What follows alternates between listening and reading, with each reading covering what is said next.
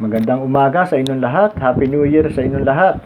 Kamusta na po tayo sa araw na ito? 2022 na. Yan. Bago tayo magsimula, nais kong ikwento sa inyo na ang aking mga napuntahan. No? Isa sa aking napuntahan, no? Ako'y OFW. Ako po ay nagtrabaho sa Sudan. No? Sa North Sudan. No? Kasi po ang Sudan ay dalawa siya. Nahati siya sa dalawa. Isang North Sudan at South Sudan. Kaya itong bansang ito ay sa North iba presidente, sa South iba rin ang presidente. No, pero dati isa lang yan. Dati isang presidente lang yan. Ngunit sila ay nahati. Bakit ko po kinikwento ngayon sa inyo ang tungkol sa North Sudan na nahating bansa? Kasi ang ating pong pag-uusapan ay United and Divided Kingdom ng tungkol sa bansang Israel. No? Kasi ang bansang Israel ay nahati din noong panahon ng mga hari. Ng mga hari pa yung sa kanila, nagdi-lead. Ngunit ang kalooban ng Diyos ay United Kingdom. Ito yung kalooban ng Diyos na isang bansa, merong isang presidente, no? Kaya ang gusto ng Diyos, United Kingdom. Ayaw niya nung mahati, no? Parang sa pamilya, ayaw ng Diyos ng magkaroon ng broken family. No, pero kagaya dito nahati yung bansang Israel. No, paano nga ba nahati yung bansang Israel? No? Ay dito natin malalaman sa kwentong ito tungkol sa pagkakahati ng bansang Israel, no, United and Divided Kingdom. Yan. Ngayon, bago tayo magsimula, tayo muna ay manalangin. Amang Diyos, maraming salamat po sa araw na ito. Dalangin ko po, Panginoon, na samahan mo po kami sa aming pag-aaral ng iyong banal na salita. Dalangin ko na makita namin ang aral tungkol sa United and Divided Kingdom, Panginoon, at makita namin ang iyong kaluwalhatian, ang iyong katangian. Lord, ikaw magpala sa amin at magpalago ng aming pananampalataya. Salamat po, Ama, sa pangalan po ng iyong anak na si Jesus. Amen. Yes. Ngayon, tuloy na natin, no? Nung araw, nung panahon ng Israel, ang dati ang nagli-lead sa kanila o leader nila ay hukom. Ang tawag hukom, hindi hari ang tawag kundi hukom.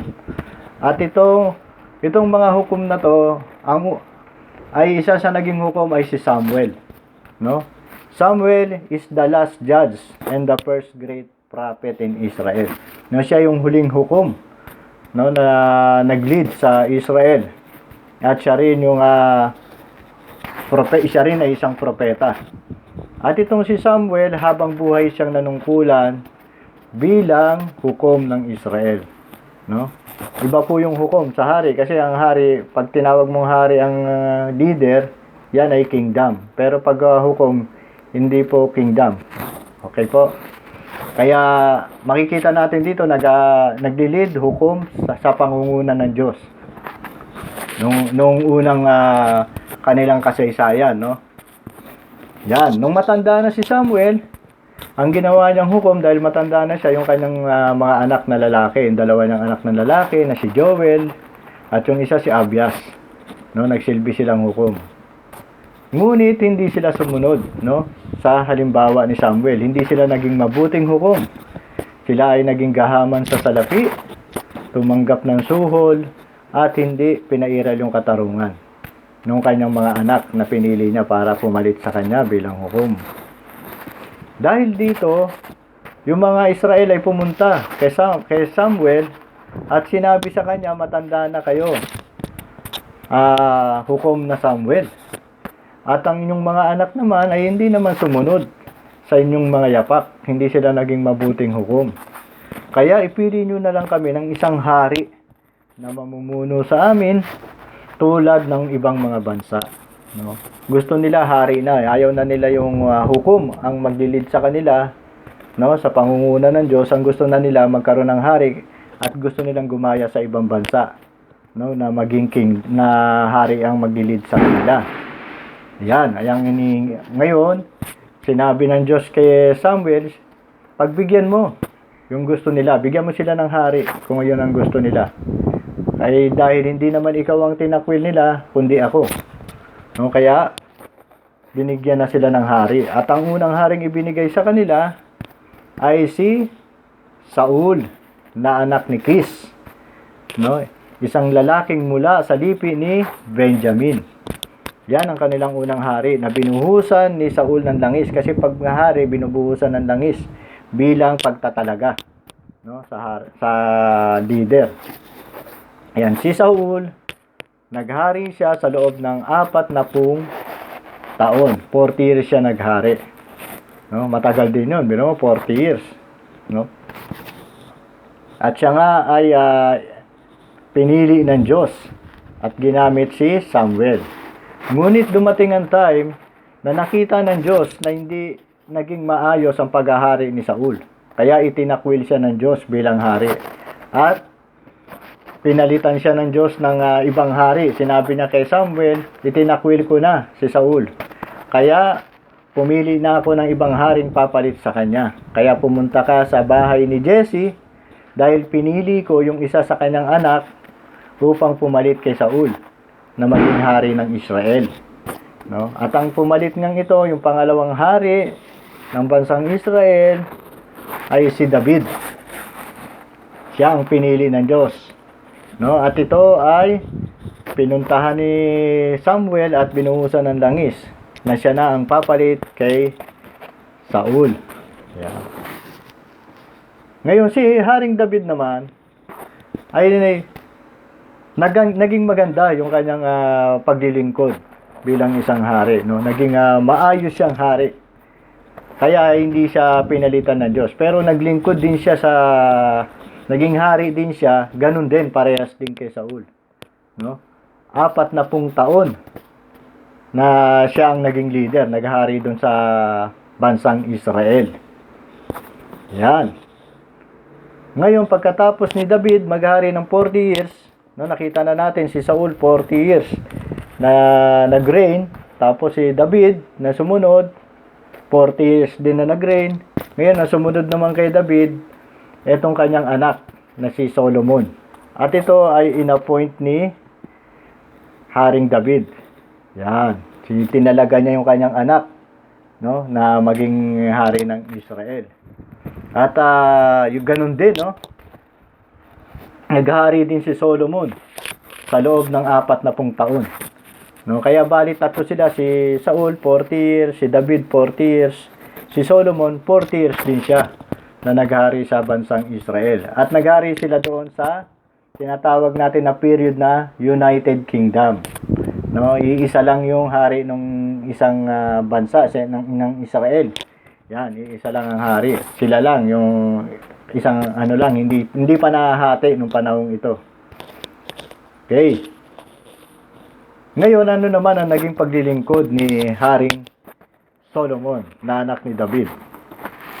Matalino ito si Solomon, at marami siyang ginawa rin, no, na mga magaganda, mga nakapagpatayo siya ng magagandang na istruktura, no? Marami siyang nagawa rin sa bansang Israel. Ngunit nung umupo si Solomon ay matatag na yung kaharian, no? Kasi pinatatag na ito ng kanyang amang si David. Kaya kung halos hindi na siya gaanong nahirapan kasi matatag na yung kaharian nung umupo si Solomon. Yan. Ngunit itong si Solomon ay umibig sa maraming dayuhang babae, bukod pa sa anak ng paraon. No? Nag-asawa siya ng mga babaeng Moabita, Amonita at Edomita, Sidonyo at Heteo. No, itong mga babaeng ito ay mga banyaga, hindi niya kababayan. At ipinagbabawal ni Yahweh sa mga Israelita sa kanila kila Solomon na mag-asawa ng mga banyaga. Sabi ng Diyos sa kanila, huwag kayong mag-aasawa ng mga lahing iyan, sapagkat tiyak na ililigaw nila kayo at hihikayating sumamba sa kanilang Diyos-Diyosan. Yan yung sabi ni Yahweh. Ngunit nahulog ang loob ni Solomon, no, sa mga babaeng ito na hindi nakababayan. At ang mga naging asawa ni Solomon mula sa lipi ng mga iba't ibang hari, iba-ibang bansa, ay 700. Dami, no? 700 yung napangasawa niya na salipi ng mga ibang hari. At ang kanya namang asawang lingkod ay 300. Bali lumalabas na nakapag-asawa si Solomon ng 1,000, no? 1,000 yung asawa niya, napakarami. Ngayon, nang matanda na si Solomon, nahikayat siya ng mga ito na sumamba sa kanilang Diyos-Diyosan. Yan. Hindi siya nanatiling tapat kay Yahweh. Hindi niya sinundan ang halimbawa ni David na kanyang ama. Sumamba si Solomon kay Astarte, ang Diyos ng mga Sideo, at kay Mikom, ang karumal-dumal na Diyos ng mga Amonita. At gumawa nga ng kasamaan si Solomon laban kay Yahweh. At hindi niya sinundan ang halimbawa ng kanyang amang si David, na buong katapatang naglingkod kay Yahweh sa Diyos. At sa burol na nasa silangan ng Jerusalem ay nagpatayo si Solomon ng sambahan para kay Chemos, ang karumal-dumal na Diyos ng Moab, para kay Molek, ang kasuklam-suklam na Diyos ng mga Amonita. Ipinagawa niya ng kanya-kanyang mga altar ang mga Diyos-Diyosan ng lahat niyang mga asawang dayuhan. At ang mga ito ay nagsunog doon ng insenso at naghain ng mga andog. Ayan, nakita natin kung anong naging ang ginawa ni Solomon. Sumamba siya sa mga Diyos-Diyosan at nag-asawa siya ng hindi niya kababayan, na kung saan ay mahigpit na pinagbabawal ng Diyos sa kanila. No? Kasi ang Diyos may kasunduan sa kanila nung inilabas sila sa Ehipto. Binigay sa kanila yung 10 kautusan doon sa bundok Sinai. No? Ito ang sinabi sa kanila doon sa bundok na Mount Sinai. Sabi rito, no, sa Deuteronomy 5, akong si Yahweh ang inyong Diyos na naglabas sa inyo sa Ehipto at nagpalaya sa inyo mula sa pagkaalipin. Huwag kang sasamba sa ibang Diyos maliban sa akin. Huwag kang gagawa ng Diyos-Diyos ang imahen ng anumang nilalang na nasa langit, nasa lupa o nasa tubig upang sambahin.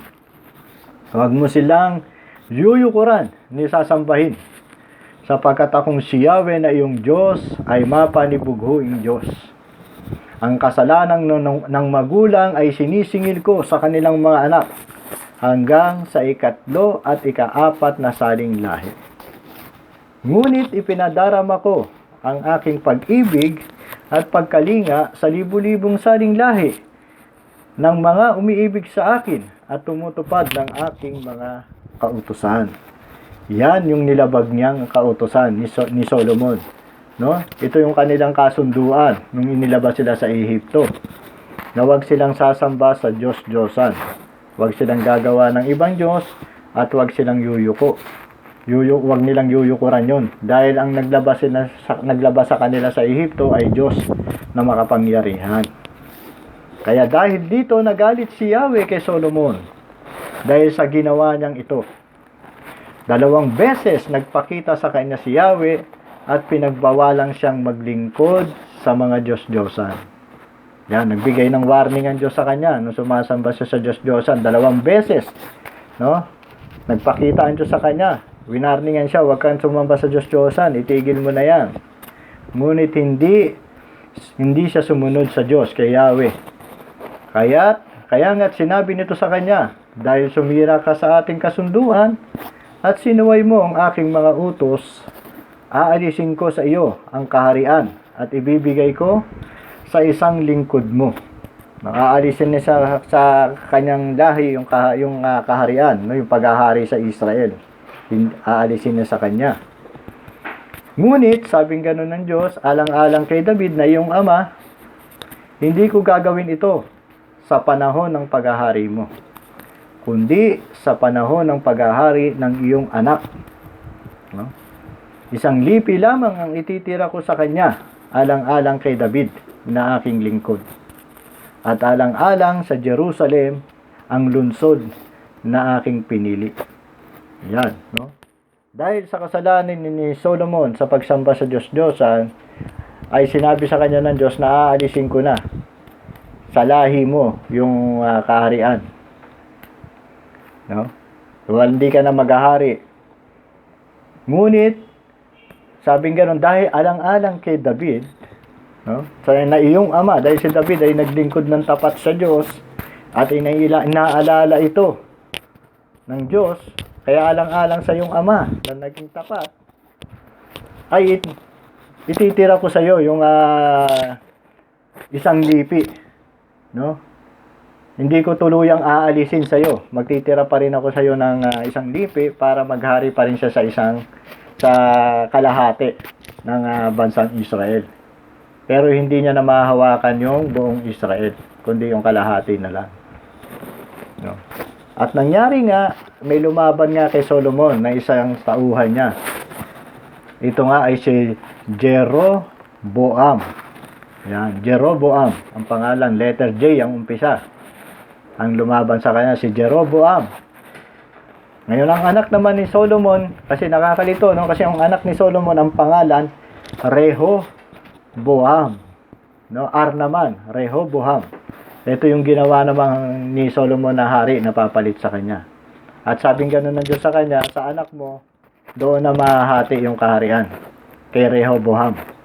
No? Hindi na mahahawakan yung buong Israel. Ayan. Ngayon, nung itatalaga na si Rehoboam, na anak ni Solomon, ay nagtipon-tipon doon lahat ng mga taga-Israel upang gawin na siyang hari. Dapat gagawin na siyang hari ng buong Israel. Siya na maghahari sa buong Israel. United Kingdom sana to. No? Etong si Rehoboam. Ngunit sumangguni si Rehoboam sa matandang tagapayo na naglilingkod kay Solomon nang ito'y nabubuhay pa. Sumangguni siya. Dahil may hinihingi itong mga Israelita sa kanya. Ang sabi sa kanya ng mga Israelita, no, na hinihingi sa kanya bago siya gawing hari ng buong Israel, napakabigat po ng mga pasaning iniatang sa amin ng inyong ama. Yan. Bawasan po ninyo ang pahirap na ginawa niyo sa amin at pagaanin ninyo ang pasanin na aming dinadala at paglilingkuran namin kayo. Yan. Ito ang kanil pagsusumamo ng mamamayang Israel. Nabawasan yung mga kabigatan, yung iniatang sa kanila. Maaring ito ay laki ng tax. Inihingi nilang bawasan yung mga pasanin. At ito nga si Rehoboam na anak ni Solomon ay sumangguni sa mga matatanda na tagapayo na dati ni Solomon, nung buhay pa si Solomon. At tinanong niya kung anong gagawin niya. At sabi sa kanya ng mga matatanda, pagbigyan mo yung kanilang mga kahilingan. No, yan, pagbigyan mo sila, maglingkod ka sa kanila. At pag pinakitunguhan mo sila ng mabuti, maglilingkod sila sa iyo habang panahon. Yun ang payo ng matatanda, pagbigyan yung request ng mamamayang Israel. Ngunit, binaliwala ni Rehoboam ang payo ng matatanda.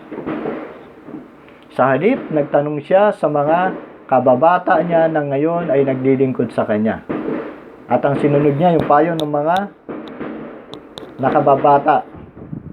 At kaya sinunod niya ang payo ng kabataan. Kaya't sinabi niya sa mga Israelita, kung mabigat ang dalahing ipinasan sa inyo ng aking ama, daragdagan ko pa iyan. Kung hinagupit niya kayo ng latigo, panghampas na may tinik na bakal ang iyahagupit ko sa inyo. Yan ang kanyang sagot sa mamamayan ng Israel. Nang makita ng mga taong bayan na ayaw silang pakinggan ni Haring Rehoboam, ay sinabi nila, umuwi na tayo, o Israel. Ano bang mapapala natin kay David? Ano ba ang nagawa para sa atin ng anak ni Jesse? Pabayaan na natin ang sambayanan ni David Umuwi nga sa kanilang tahanan ang 10 lipi ng Israel. Yan. Hindi nila nagustuhan yung sagot ng anak ni Solomon na dapat mag-ahari sa United Kingdom. Kaya umuwi itong 10 lipi. Kasi itong 10 lipi na nanirahan ito sa Israel. Umuwi sila na dismayado sa anak ni Solomon na si Rehoboam. At dahil nga meron siyang kakumpetensya na si Jeroboam, ang pinili ng lipi ng Israel nung 10 lipi na ito ay si Jeroboam. Pinatawag nila si Jeroboam at ito yung ginawa nilang hari ng 10 lipi ng Israel. Ito ang naging hari ng 10 lipi ng Israel at ang lipi lamang ni Judah ang nanatili sa angkan ni David. Nanatili sa angkan ni David kay Rehoboam. Kaya ang naghari ngayon sa Israel ay si Jeroboam. At ang naghari sa Judah ay si Rehoboam. Yan. Tindihin po natin maigi, no? Sa Judah ang naghari si Rehoboam na anak ni Solomon. Yun lang ang tinira sa kanya. 2 lipi, lipi ng Judah at Benjamin ang naiwan sa kanya. 2 lipi. At yung 10 lipi, ang naghari sa 10 lipi nito sa lugar ng Israel ay si Jeroboam naman. No, kaya naging divided kingdom. Yan, naging divided kingdom dahil sa kasalanan ni Solomon. Kasi si Solomon, no, na ama ni Rehoboam ay sumamba sa mga Diyos-Diyosan. Nakita na natin yung istorya na meron silang 12 tribes na magkakasama na nagkakaisa sa iisang bansa. Yun yung United Kingdom. Ngunit ang naghari lang dito sa 12 tribes na ito na nagkakaisa ay 3 hari lang ang nakaranas ng United Kingdom. Sino-sino yung 3 hari na to na nakaranas lang ng United Kingdom? Si Haring Saul, si Haring David, si Haring Solomon. Ngunit pagdating ng anak ni Solomon na si Rehoboam, nahati na ang Israel, no, sa Israel at Judah, parang north and south. No, nagkaroon na naging divided kingdom na dahil sa kasalanan nga ni Solomon. Yan. Ngunit ang 3 haring ito na si Saul, si David at si Solomon ay naghari sila ng tagpo 40 years. Kaya 120 years na United Kingdom. After 120 years, ang naranasan na ng Israel ay divided kingdom. No, nahati na sila. Ayan. Ganyan ang istorya ng United Kingdom at divided kingdom. Ulitin natin yung summarize natin. Dati hukom ang leader nila. No, hindi hari sa pangunguna ng Diyos. Tawag doon hukom. Hindi pa kingdom. At ito nga yung pangunguna ni Samuel, no, isa sa hukom. Huling hukom na naging leader ng Israel. Ngunit humingi sila ng hari at ibinigay sa kanila si Saul. At ang sumunod si David at sumunod si Solomon. Yan. Dahil humingi sila, nag-request sila, ayaw na nila ng hukom, gusto na nila hari, kaya binigyan na sila ng hari. Pagdating kay Rehoboam na anak ni Solomon, nahati na yung Israel. Yung 10 tribes nga napunta doon sa Israel at yung 2 tribes ay napunta sa Judah. No, kaya nahati sila Israel at Judah. Magkaiba na yung hari diyan. Dahil ito sa kasalanan ni Solomon. Dahil sa kanyang pagsamba, no, sa Diyos-Diyosan. Ngayon, anong aral sa kwentong ito na ating masasabi? No, mahalaga yung pagsunod sa utos ng Diyos. No? Dahil hindi sumunod si Solomon, nagkaroon ng divided kingdom dahil sumamba siya sa Diyos-Diyosan. No, dahil hindi sumunod si Saul, pinalitan siya, no, ni Haring David. Ngunit dahil naman sa sumunod si David, itinira pa rin yung isang lipi, yung 2 lipi kay Rehoboam, no, sa lahi niya. Nagtira pa rin dahil sa katapatan naman ni David. Kaya napaka-importante na pagsunod. At makikita natin dito na ayaw ng Diyos na mag-asawa na sila ng taga-ibang bayan. No, taga-ibang bayan. Dahil tiyak na mahihikayat sila nito sa pagsamba sa Diyos-Diyosan. At ganun nga yung nangyari kay Solomon. Dahil nag-asawa siya ng taga-ibang bayan at nahikayat siyang sumamba sa Diyos-Diyosan at nagpatayo pa siya ng mga ribulto, mga altar ng mga Diyos-Diyosan. Kaya nagalit ang Diyos sa kanya. Kaya nagkaroon ng divided kingdom. Kaya makikita natin na ang Diyos ay makatarungan. No? Makatarungan ang Diyos. Kaya nga nagkaroon ng divided kingdom bilang parusa. No? Kaya nga inalis din si Saul dahil makatarungan ang Diyos. Dahil hindi siya naging kalugod-lugod. Ngunit ang Diyos din ay tapat sa kanyang pangako. No? Dahil naalala niya si David na isang mabuting lingkod. No? Kaya sa kabila ng kasalanan ng kanyang anak na si Solomon, ay hindi niya ito pinangyari sa paghahari ng kanyang anak na si Solomon, kundi sa paghahari ng anak ni Solomon na si Rehoboam. At itinira pa rin sa kanya ang Judah para meron pa rin silang paghaharian na lugar, no? Kundi itong kalahati ng Israel, itong Judah. Yan, makikita natin yung aral na napaka-importante ng pagsunod sa utos ng Diyos, no? Dahil ang Diyos ay makatarungan. Nagpaparusa siya. No? Nagpaparusa siya sa mga hindi sumusunod sa kanya. No? Kagaya nito, sinuway nila yung dalawa doon sa 10 kautusan. No? Yung una at saka yung pangalawang kautusan na huwag sasamba sa ibang Diyos. At huwag gagawa ng ibang Diyos at huwag yuyukod. Ito ang nakita natin, no? Na ang Diyos ay makatarungan at ang Diyos ay tapat din sa pangako. No? Kaya napaka-importante niya sa ating buhay. Upang tayo ay mapagpala ng Diyos, no? Kailangan sumunod tayo sa utos din ng Diyos. Dahil kung di tayo susunod sa utos ng Diyos, ang Diyos ay makatarungan at tayo ay parurusahan. Kagaya nung nahati sa bansang nahati yung Israel, no? Nagkakaroon ng divided kingdom. Yan. Kaya pahalagahan natin yung salita ng Diyos. Yung pagsunod sa salita ng Diyos, pahalagahan natin yung mga utos ng Diyos. Dahil ang Diyos ay makatarungan. Kung tayo ay magkakasala sa Kanya at kung babaliwalain natin yung Kanyang kautusan, ay nagpaparusa rin siya. Ngunit ang Diyos ay tapat sa mga sumusunod sa Kanyang salita, sa Kanyang mga utos. Ito ay Kanyang pagpapalain. No? Kaya ang ating dapat gawin, sumunod tayo sa utos ng Diyos. Yan. Sumunod tayo sa utos ng Diyos. Huwag tayong sumamba sa mga Diyos-Diyosan. No? Ang Diyos-Diyosan, hindi lang naman yan na Diyos-Diyosan. Pag sinabi mong Diyos-Diyosan, yung hindi tunay na Diyos. No? Kaya nga Diyos-Diyosan, ibig sabihin, hindi yan tunay na Diyos. Parang yung baril, pag hindi tunay, baril-barilan. No? Pag Diyos, hindi tunay na Diyos, Diyos-Diyosan. No? Kaya wag tayong sasamba sa Diyos-Diyosan. Sumamba tayo sa tunay na Diyos na lumikha ng langit at lupa.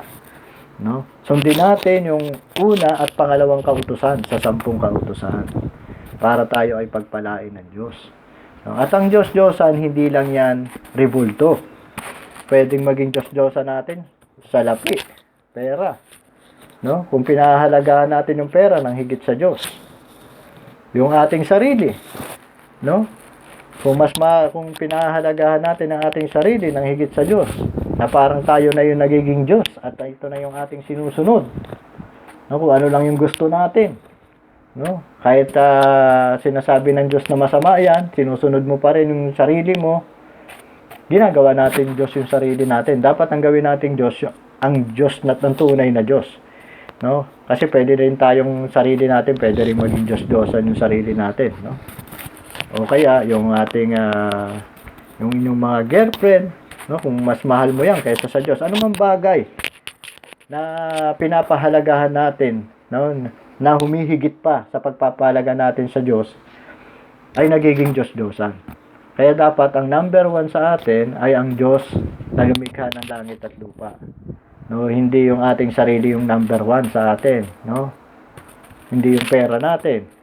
At maging yung mga ribulto, no? Kasi ang Diyos ay espiritu Kaya dapat siya sambahin sa espiritu at katotohanan. Kaya, ang aral natin dito ay sumunod sa utos ng Diyos at huwag sumamba sa Diyos-Diyosan. Sumamba tayo sa tunay na Diyos.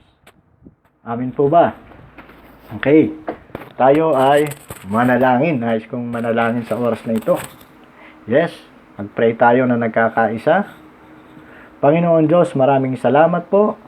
Amin pong pinahayag ang aming pananampalataya na ikaw ang tunay na Diyos at ikaw lamang ang dapat sambahin, ikaw lamang ang dapat paglingkuran at dapat na kami ay sumunod sa iyong salita sapagkat ang pagsunod sa iyong salita ay pagsunod sa iyong kalooban. O pagsunod sa iyong kautusan ay pagsunod sa iyong kalooban. Ikaw lamang po ang aming maging Diyos, no? Hindi po ang aming sarili, hindi kung ano pa man, Lord, kundi ikaw lamang ang aming sambahin at paglingkuran. Ikaw lamang ang maging number 1 sa aming puso. Maraming salamat po, Panginoon. Pinupuri ka namin at pinasasalamatan ka namin at sinasamba ka namin, ina-acknowledge namin na ikaw ang tunay na Diyos. Lord, dalangin ko rin po, Panginoon, ang lahat ng may sakit, ikaw po ang humipo sa kanila sa oras na ito at magpagaling, Panginoon, sa pangalan ni Jesus. Ano man ang kanilang sakit, Panginoon, pagalingin mo sila, Lord, sa kapangyarihan po ng iyong anak na si Jesus. Maraming salamat po, Panginoon. Gayon din yung may mga financial problem, ikaw po ang mag-supply ng kanilang pangangailangan ng bawat isa sa amin na mayroong problema sa pinansyal. Gayon din yung may emotional problem na nanghihina, no, nadidepress, naguguluhan. Ama, liwanagan mo po ang bawat isipan namin at aming puso, Panginoon, at palakasin mo ang aming loob, Panginoon. Patatagin mo ang aming emosyon, ang aming kaluluwa, Panginoon, na kami ay maninindigan na ikaw ang siyang tutulong sa amin. Maraming salamat po, Panginoon. Gayon din sa may relationship problem, Panginoon. Ayusin mo po, Panginoon, kung meron man kaming problema sa aming pamilya, no, anumang relationship na problema namin, Lord, ikaw po ang mag-ayos, O God. Maraming salamat po. Umaasa po kami sa iyong kapangyarihan. Sa iyo lamang po ang aming papuri. Ikaw lamang ang aming sinasamba. Wala na pong ibang Diyos, kundi ikaw lamang ang tunay na Diyos ang aming sasambahin. Sa pangalan po ng iyong anak na si Jesus, sa iyo lamang aming pagsamba, papuri at pagdakila sa pangalan ng iyong anak na si Jesus. Amen. Happy New Year po. God bless po sa inyong lahat. To God be the glory.